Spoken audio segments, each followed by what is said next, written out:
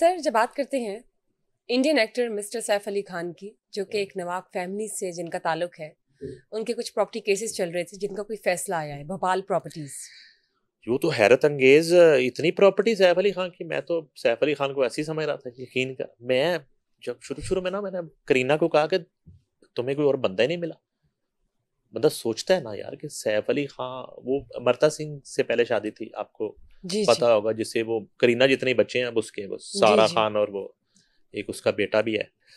तो मैं सोचता था कि करीना कपूर ने क्या देखा है जो है वो अपने से डबल उम्र के एक शख्स के साथ शादी कर ली। अब जो है ना, पता चला है कि सैफ अली खान जो है उनकी विरासती जो जायदाद है उसको दुश्मन की प्रॉपर्टी करार दिया गया है, और ये जायदाद जो है वो 15,000 करोड़ की है भारतीय।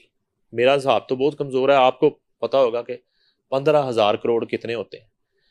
या तो फिर आप ये कैलकुलेटर से हिसाब करो, फिर इसके ऊपर बैठ के किसी दिन प्रोग्राम और वो करते भी हैं। सर भारतीय करेंसी है। अच्छा, तो अब जो है ना, वो इम्कान ये है कि ये दुश्मन की प्रॉपर्टी करार देंगे। दुश्मनी की प्रॉपर्टी मैं आपको बताऊंगा, इंडिया जी में ये एनिमी प्रॉपर्टी एक्ट है, जी बताइए। ठीक है, वो मैं आपको बताता हूँ। अच्छा, खबर ये है कि वो 15,000 करोड़ की प्रॉपर्टी जो है वो सैफ अली खान की विरासती जो जायदाद कही जाती थी, वो उसे छीनने का इम्कान है बहुत ज्यादा।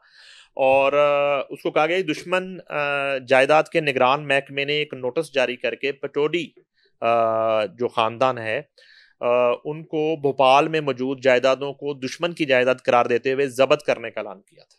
2014 में ये ऐलान किया था।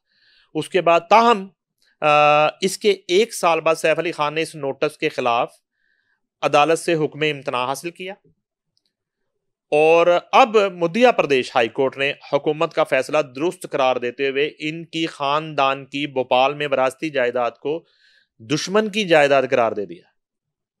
और इसमें क्या क्या आ रहा है? इनका उसमें पैलेस भी है। जायदादों में जो है वो फ्लैग स्टाफ हाउस है कोई, ये बहुत बड़ा एक पैलेसनुमा घर है। उसके बाद जहां सैफ अली खान की वो बचपन गुजरा है सारा, जी जी। ठीक है।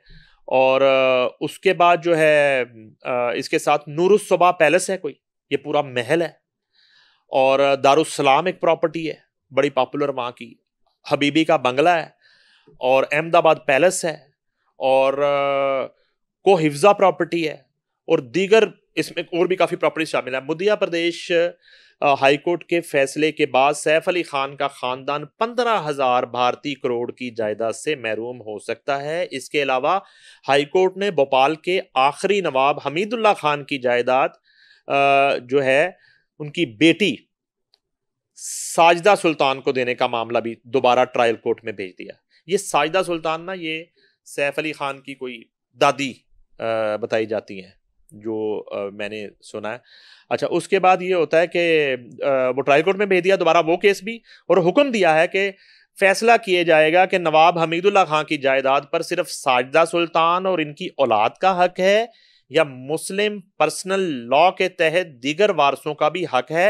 हाई कोर्ट ने ट्रायल कोर्ट को 1 साल में फैसला करने का हुक्म दिया है। अब ये 15,000 करोड़ की प्रॉपर्टी का फैसला 1 साल में होगा। और एनिमी प्रॉपर्टी एक्ट जो है ना, वो ये है कि एनिमी प्रॉपर्टी एक्ट भारत की मरकजी हुकूमत को इन अफराद की मलकियत का दावा करने की इजाजत देता है जो तकसीम के बाद पाकिस्तान हिजरत कर गए थे, ठीक है।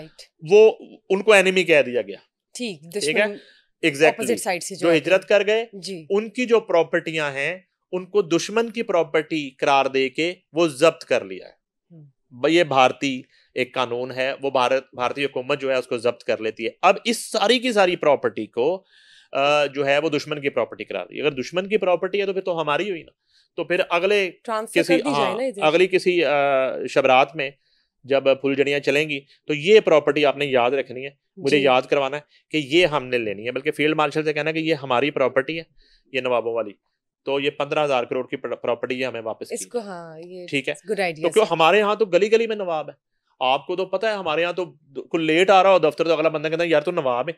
तो हमारे यहाँ तो मसला ही कोई नहीं, नवाबी तो हर बंदे के अंदर नवाबी है। तो हम तो नवाब बहुत ज्यादा है, हम तो 2 मिनट में नवाब बन जाते हैं।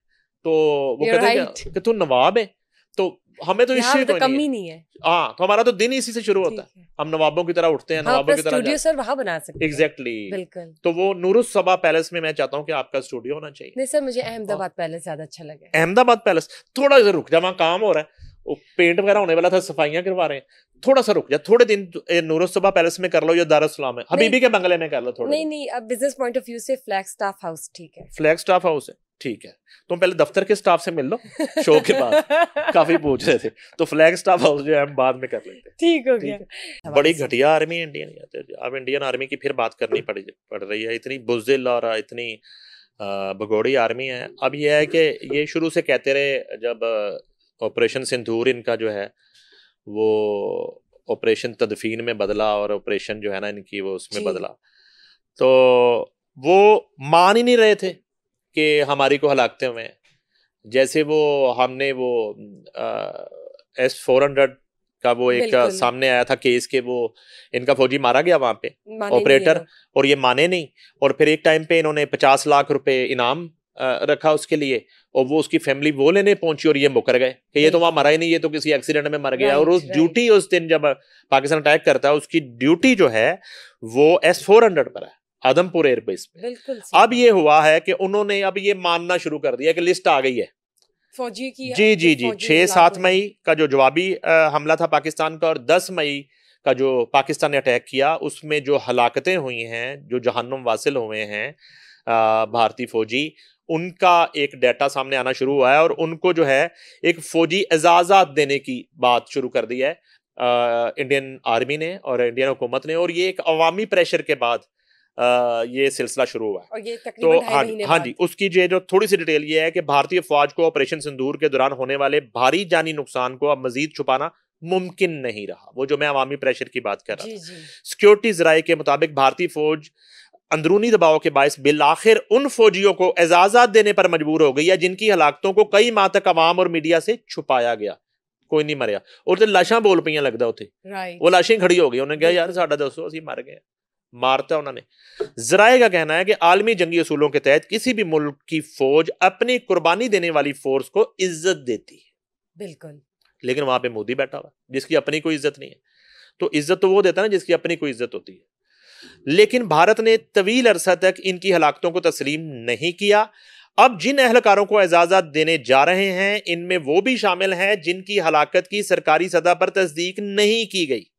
एजाज पाने वाले एहलकारों की तफसील सिक्योरिटी जराये के मुताबिक जिन यूनिट्स के एहलकारों को एजाजत दिए जा रहे हैं वो ये हैं: भारतीय फजाइया के 7 एहलकार, 7, हाँ जी फजाइया 7 मान गई।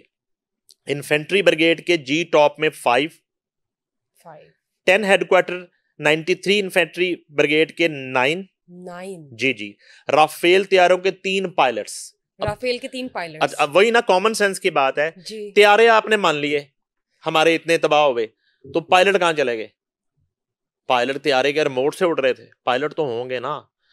कोई एक आध हैंगर में तबाह हो गया होगा, 2 हैंगर में तबाह हो गए, 7 तबाह हुए हैं, और अब तो कहानी बहुत आगे चली गई। हैंगर में तो सुना है कोई दर्जनों ही तबाह हो गए तैयारे राफेल। बताइए। अच्छा, उसके बाद यह है कि S-400 जो सिस्टम है इनका, उसके 5 ऑपरेटर आदमपुर एयरबेस पर तैनात, पहले इन्होंने बिल्कुल डिनाई किया था, पंजे ही मार गए, पंजे ही मार गए। उधमपुर एयरबेस और एयर डिफेंस यूनिट पर 9 एहलकार मरे हैं इनके। राजौड़ी एविएशन बेस पर 2 एहलकार मरे हैं। उड़ी में सप्लाई डिपो के 4 एहलकार मरे हैं। Nowshera intelligence field support unit का 1 एहलकार मरा। इन्फेंट्री ब्रिगेड उड़ी में 3 एहलकार मरे हैं। इन तमाम हलाकतों को बाज़ाब्ता तौर पर तस्लीम ना करने के बावजूद भारत वजारत दफा ने अंदरूनी दबाव के तहत उन एहलकारों को बाद अज मर्ग फौजी इजाजत देने का फैसला किया, 2.5 महीने बाद जी। उसके बाद भारतीय हुकूमत का दो रवैया, जराये का कहना है कि भारतीय हुकूमत ने इब्तदा में अपने ही फौजियों के लवाकिन पर दबाव डाला, वो हलाक एहलकारों की तस्वीर और मालूमात सोशल मीडिया पर शेयर ना करें। यानी कि कोई पूछे ही ना कि साडा फलां सिंह उथे गया है, वो आया नहीं है ये तक, विक्रम नहीं आया, कुमार नहीं आया, वो पूछे ही ना। हत्ता के पठानकोट, उड़ी और उधमपुर जैसे हसास मकामात पर होने वाले नुकसान को भी मीडिया से छुपाया गया। बैनुल-अक़वामी मीडिया की रिपोर्ट्स के मुताबिक पाकिस्तान की जानब से किए गए मौसर हमलों के बाद भारत को सीज फायर पर मजबूर होना पड़ा। कई भारतीय फौजी अफसरान और सफारती नुमाइंदे इन नुकसानात का निजी तौर पर एतराफ कर चुके हैं। दफाई माहिरीन की राय में दफाई तज्जियाकारों का कहना है कि ये तर्ज अमल किसी भी प्रोफेशनल फौज के शायान निशान नहीं है। अगर एक रियासत अपने फौजियों की कुर्बानियों को छुपाती है तो यह ना सिर्फ फौजी मोराल को मुतासर करता है बल्कि बैनुल अक़वामी सतह पर भी इसे शर्मिंदगी का सामना करना पड़ता है। माहिरीन के मुताबिक भारतीय हुकूमत ने माजी में भी इसी तर्ज पर काम किया और उसके अलावा 2019 में विंग कमांडर अभिनंदन को त्यारा गिरने के बावजूद वीर चक्रा अवार्ड दे दिया गया। वीर चक्र जी, और उसके बाद वो चक्र देके निकल गया और वो कनाडा बैठा हुआ टोरंटो, अभिनंदन, जिस पर दुनिया भर में भारत को तनकीद का निशाना बनाया गया। जब तक कश्मीर में अमन नहीं होगा, दोनों मुल्कों में जंग खत्म नहीं होगी, कश्मीर इंशाल्लाह बनेगा पाकिस्तान। और ये जो है कहानी आई है 10 मई की रात की, वो भी जनरल पब्लिक प्रेशर के बाद इनको ये वो आपने स्टोरी की थी ना, वो एक जो इनका फौजी मरा था 400 पे, जी। तो उसका इन्होंने जो है ना वो पहले तो उसका इनाम का ऐलान कर दिया कि वो वहां पे मरा है जंग के दौरान, और बाद में ये मुकर गए जब उसकी फैमिली 50 लाख रुपए लेने पहुंची तो वो मोदी हुकूमत ने 50 लाख देने से इनकार कर दिया। उन्होंने कहा वो तो एक्सीडेंट में मरा। वहां पे एहतजाज शुरू हो गया और अब ये उसका फिर मान गए। अब ये उसका वो बाबू था, बाबू सिंह, तो अब ये उसका फिर मान गए हैं कि वो S-400 पे उसकी हलाकत हुई।